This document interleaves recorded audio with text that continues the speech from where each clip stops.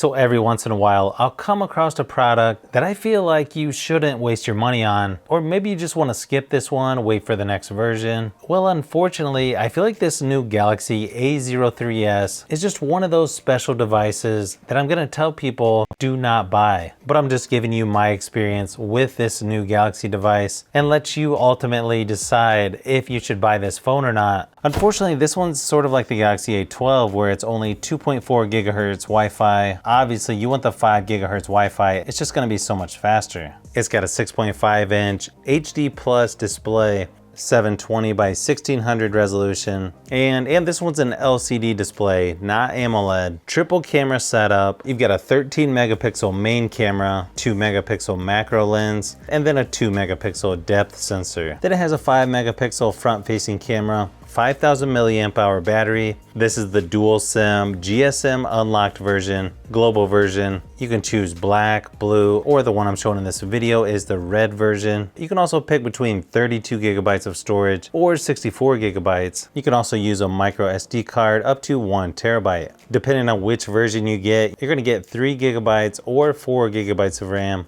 You've also got USB-C to USB-A charging cable. Pretty typical USB-A wall adapter. Doesn't appear to be a quick charge with this one. A SIM card, micro SD card removal tool. Obviously the back of this is a plastic material, but at least they did use a matte color to it. You shouldn't have to worry too much about this one getting fingerprints. You got the power and volume buttons there on the right hand side. Power button also acts as the fingerprint scanner. Your triple camera setup there on the back with flash. SIM card, micro SD card tray there on the left hand side. USB-C charging port on the bottom, along with the speaker, and yes, you get a headphone jack with this one. You can see there's a teardrop style front facing camera there in the middle. When setting up, you get face recognition, fingerprints, pattern, PIN, and password. You've also got the option to switch between buttons or swipe gestures, and you can even adjust the gesture sensitivity. They also put the button order on there because, you know, Samsung always has to put the buttons backwards. The good thing is you get 1080p resolution on YouTube. Let me give you a quick audio test just so you can see what the speaker sounds like.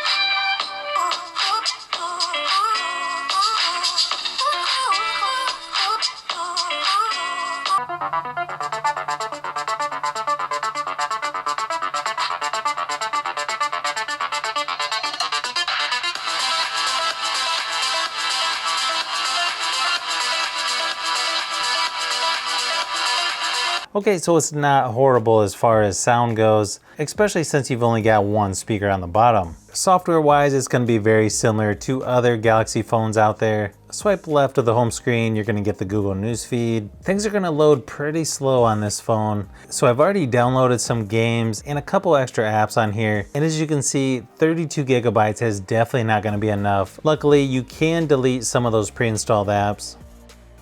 You're also going to get double tap to wake, double tap to turn on and turn off the screen, turn over to mute. You can also turn on the gestures for the fingerprint sensor. Up in the notification shade, you're going to get your usual stuff like Wi-Fi, Bluetooth, auto rotate, airplane mode, flashlight, mobile data, mobile hotspot, power saving mode, location, quick share, nearby share, eye comfort shield, dark mode, do not disturb, and scan QR code. You can also add things like Dolby Atmos. Keep in mind though, Dolby Atmos is only going to work with headphones on this device. Focus mode, ultra data saving, and bedtime mode. Inside the camera app, it's going to be fairly similar to other Samsung devices. You've got portrait, photo, video. Then you've also got Pro, Panorama, Food, Macro, and Hyperlapse. You're going to get Full HD or 1080p resolution for video, 30 frames per second, and that's going to be the front-facing and rear-facing cameras. Here in my studio area, the lighting is really bright, so of course you're going to get pretty decent photos. I'll go ahead and give you a couple samples of photos and video so you can get a better idea of what you can expect from the Galaxy A03s.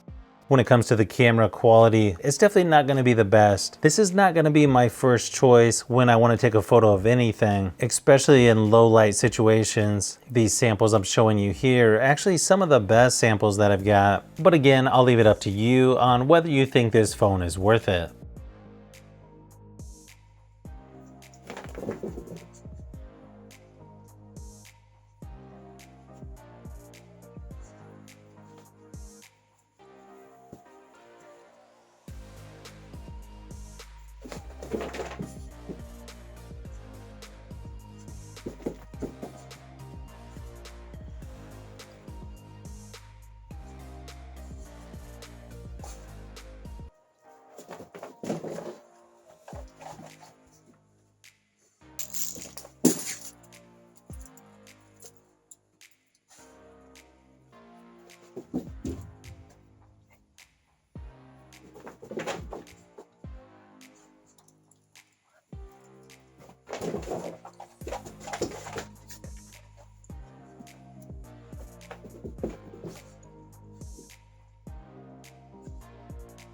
Now, when it comes to Geekbench scores, they're going to be pretty low on this phone. We're talking 9 times slower than the Galaxy S21 Ultra, or about 4 times slower than the Poco F1. Not quite as bad on multi-core scores, about 3 times slower than the Galaxy S21 Ultra, and then about 2 times as slow as the Poco F1. And to be honest, yeah, this phone feels really slow and sluggish. I know some people weren't too happy when I said that about the Galaxy A12. Well, this one feels very similar. In fact, the Galaxy A12 and this A03s, they've got to be 2 of the slowest phones that I've used from Samsung.